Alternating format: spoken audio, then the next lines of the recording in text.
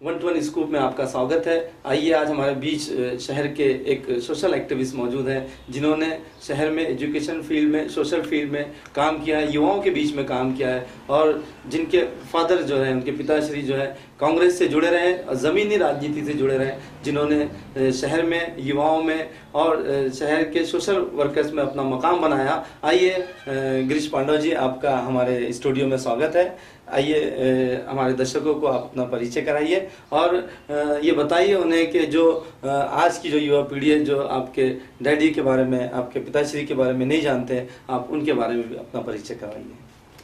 नमस्कार, मैं गिरीश पांडव। मेरे पिताजी जो है कृष्णराव पांडव, जो एक्स एमएलए है, एक्स एमएलसी है और वो नागपुर शहर के, नागपुर महानगर पालिका के इसमें स्टैंडिंग कमेटी की चेयरमैन, डिप्टी मेयर, मेयर, उसी प्रकार हेल्थ कमेटी के ऊपर में, वाटर वर्क्स के कमेटी के ऊपर में, ऐसे वो बहुत से पदों के ऊपर में उन्होंने नागपुर महानगर पालिका के ऊपर में काम किया है।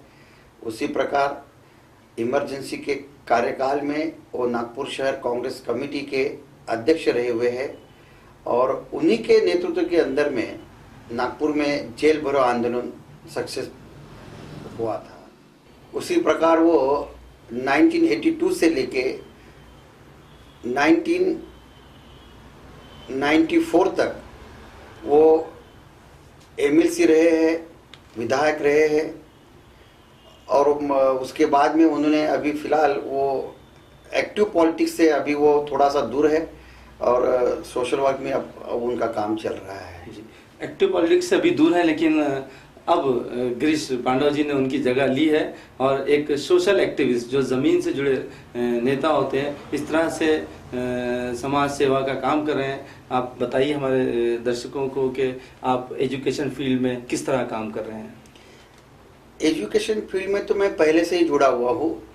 देखिए, हमारा सन्मार्ग शिक्षण संस्था के अंतर्गत आज करीब 22 कॉलेजेस हम रन कर रहे हैं, जिसके अंदर में इंजीनियरिंग कॉलेजेस है, आयुर्वेदिक कॉलेज है, फार्मेसी है, एमबीए है, उसी प्रकार डीएड बीएड जो होता है, फिजिकल एजुकेशन का कॉलेज है, आईटीआई हम चला रहे हैं। ऐसी टोटल 22 कॉलेजेस हम आज रन कर रहे हैं और उसी के माध्यम से मैं खुद भी नागपुर यूनिवर्सिटी के अंतर्गत मैं पिछले 15 साल वहाँ पर सीनेट मेंबर करके वहाँ रहा हूँ और एजुकेशन के संबंधित जो भी विद्यार्थियों के प्रॉब्लम होते हैं वो सॉल्व करने के लिए मैं पूरी तरह से कोशिश करता हूँ मेरी तरफ से। अगर किसी बच्चों को पढ़ाई के मामले में अगर कुछ फाइनेंशियल अगर प्रॉब्लम कुछ होता है तो हम उनको हमारे संस्था के अंदर में निःशुल्क हम उनको पढ़ाई करते हैं और करीब करीब हर साल हम 30-40 बच्चों की पढ़ाई तो निःशुल्क करते ही आते हैं। गिरीश जी, आपने बात की युवाओं की और एजुकेशन की, नागपुर यूनिवर्सिटी की, तो पहले युवा छात्र नेताओं के लिए जो ज़मीन से युवा पीढ़ी से होते हुए नेता जो है राजनीतिक मैदान में उतरते हैं, तो जो चुनाव गवर्नमेंट ने बंद कर दी थी, काफ़ी दिनों से चुनाव बंद थे, तो अभी गवर्नमेंट ने कोई फैसला लिया है उस पर? हाँ, देखिए, अभी आपने देखा होगा कि जो भी अपने स्टेट लेवल पर या तो इंडिया नेशनल लेवल के ऊपर में जो भी अभी जो हर किसी भी पार्टी के जो नेतागण हैं, ये मैक्सिमम जो है वो यूनिवर्सिटी इलेक्शन के माध्यम से छात्र के इसमें से ही वो बड़े हुए हैं। अपने नागपुर के इसमें अगर बात किया जाए तो श्रीकांत जिचकार जी है, अनिस अहमद जी है, आज वो मंत्री रह चुके हैं, सतीश चतुर्वेदी है जो मंत्री, ऐसी बहुत से अपन एग्जाम्पल दे सकते हैं। कहने का मतलब ये है कि ये नेता के लिए एक प्लेटफॉर्म होता है यूनिवर्सिटी का इलेक्शन, मगर पिछले करीब 20 साल से ये इलेक्शन बंद कर दिया गया था। मगर इसी साल अभी जस्ट 2 महीना पहले हमारे महाराष्ट्र शासन ने एक डिसीजन लिया है कि इस साल से जो पहले जिस प्रकार से जनरल इलेक्शन होती थे उस प्रकार के इलेक्शन लेने वाले हैं। एक कैबिनेट के अंदर में डिसीजन हो चुका है, किंतु अभी तक उसका इम्प्लीमेंट अभी हुआ नहीं है, उनका जीआर निकलने का है। हमें उम्मीद है कि शायद वो जल्द से जल्द वो जीआर आएगा और इस साल की जो इलेक्शन होने वाले हैं वो उसी प्रकार के होंगे। जी, ये तो बात हुई एजुकेशन की। हम देश की राजनीति पे आते हैं और बात करते हैं हम विदर्भ को लेकर कि एक समय वो रहा कि विदर्भ आंदोलन जो है अपनी ऊंचाइयों पर था और आज कांग्रेस ने फैसला किया तेलंगाना को अलग करने का। तो आप क्या समझते हैं कि छोटे छोटे राज्य अगर अलग कर दिए जाएं तो समस्याएं हट जाएगी, और विदर्भ अगर अलग होता है तो क्या कुछ जनता को फायदा होगा, या विदर्भ की जो डिमांड है वो किन लोगों की डिमांड है? नहीं, देखिए ये कैसा, जैसा अभी अपन विदर्भ राज्य का जो मांग कर रहे हैं, आप जो कह रहे हैं कि इसके पहले भी प्रयत्न हुए, मैं सही मायने में उस वक्त ही अच्छे से प्रयास हुआ था, मगर देखिए कि उस वक्त में भी जिन लोगों ने ये अलग विदर्भ की जो मांग की थी वो सत्ता में नहीं थे, और सत्ता के खिलाफ में जाके जब उन्होंने पॉलिटिक्स में और जब उतरे थे तो उनको अच्छे बड़े पैमाने में उनको सक्सेस मिला था। आज ऐसा हो रहा है कि आज उल्टा हो रहा है कि पॉलिटिक्स के लिए विदर्भ की मांग की जाती है। जब तक आम आदमी इसमें उतरता नहीं है, आम आदमी को जब तक ऐसा नहीं लगता कि हमको अलग विदर्भ चाहिए, तब तक अलग विदर्भ मिल नहीं सकता।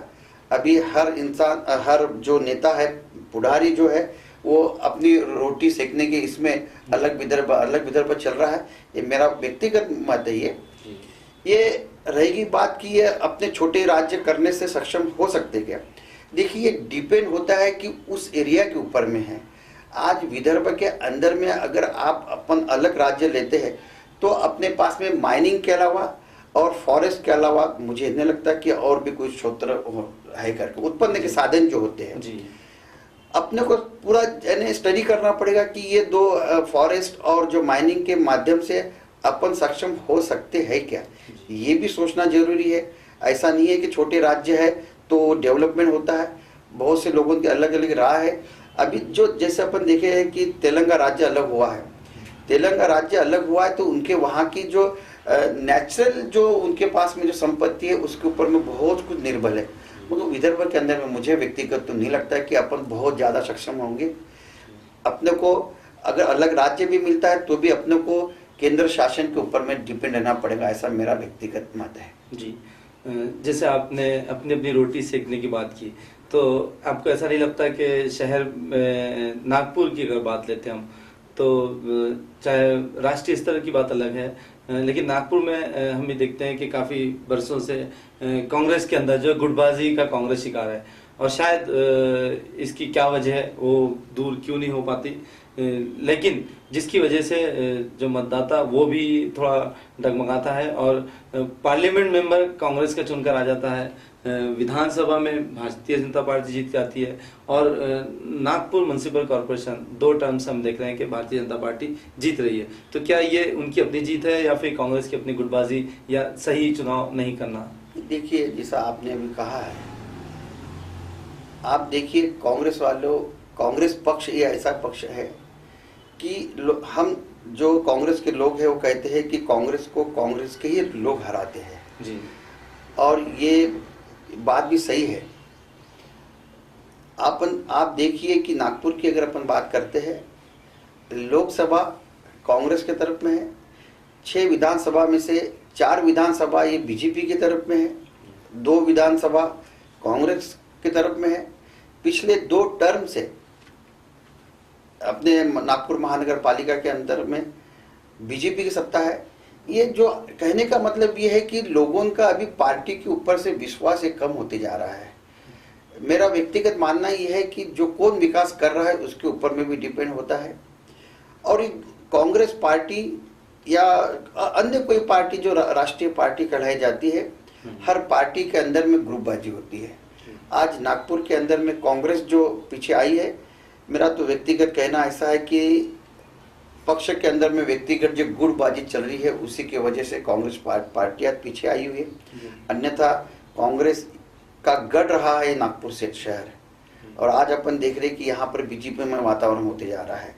कहीं के मुझे ऐसा लगता है कि कांग्रेस पक्ष के जो नेता लोग हैं उनकी कार्यशैली के ऊपर में भी थोड़ा सा जनता का थोड़ा सा रोष होना चाहिए। इसकी वजह से ही कुछ जगह पर अपने को कांग्रेस, कुछ जगह बीजेपी, ऐसा जो मिली जुली सरकार जो दिखती है उसका वजह ये होना चाहिए।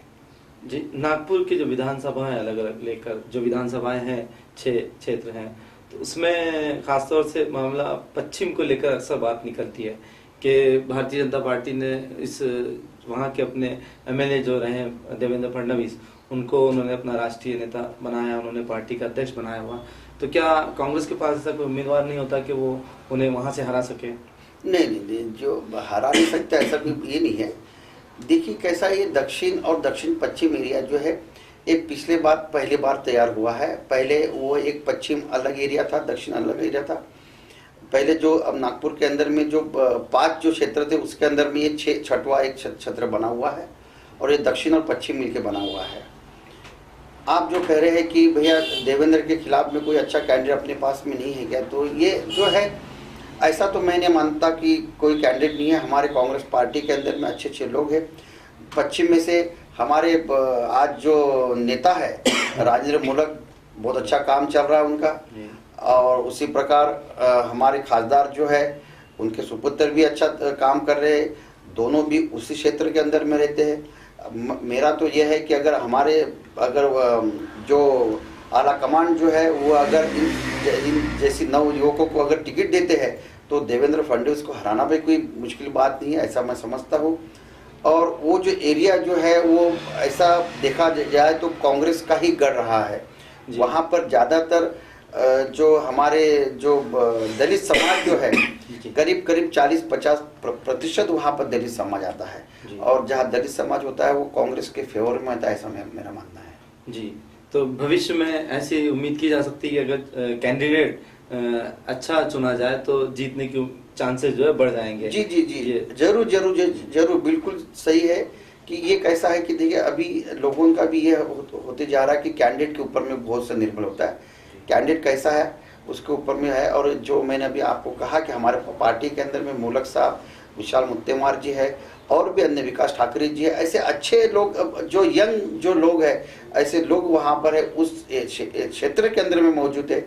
और वहाँ पर कोई बड़ी बात नहीं है, कांग्रेस पार्टी वहाँ से अच्छे तरह से जीत के आ सकती है। जी, आपने कांग्रेस की जीत की बात की, तो जीत का जो लक्ष्य अब 2014 आपका होना चाहिए और कि कांग्रेस, आप क्या समझते हैं कि राहुल गांधी के नेतृत्व में भविष्य में 2014 में जो है कांग्रेस अपना ये मकाम जिस जगह आज वो है जो यूपीए बना है कांग्रेस का, क्या भविष्य में भी दोबारा वो सत्ता हासिल कर पाएगी? जी जरूर। देखिए कैसा है, कांग्रेस पार्टी का जो धोरण है वो अल्पसंख्यक के फेवर में रहता है। उसी प्रकार दलित समाज के जो लोग हैं उनके फेवर में रहता है। आम आदमी के फेवर के अंदर में उनके जो कुछ डिसीजन होता है, जिससे अभी आपने देखा होगा अन्न जो खाद्य का ये जो डिसीजन हुआ है ये सब जो गरीब लोगों के लिए हुआ है। इसी प्रकार के बहुत से जो डिसीजन अभी कांग्रेस पार्टी ने लिए हर सामान्य लोगों के लिए, हर समाज के लोगों के लिए लिया गया है।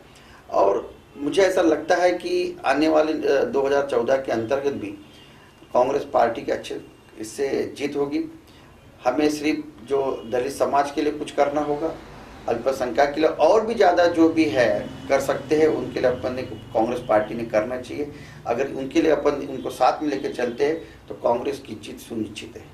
जी, ये थे गिरीश पांडव जी जो कांग्रेस की जीत सुनिश्चित बता रहे हैं 2014 के लिए। आप हमारे स्टूडियो में आए, आपके हम बहुत बहुत शुक्रगुजार हैं कि आपने हमसे बातचीत की। फिर कभी किसी समय आपसे फिर मिलेंगे, तब तक के लिए इजाज़त दीजिए। आप देखते रहिए 121scoop.com। फिर किसी शख्स के साथ आपके सामने हाजिर होंगे।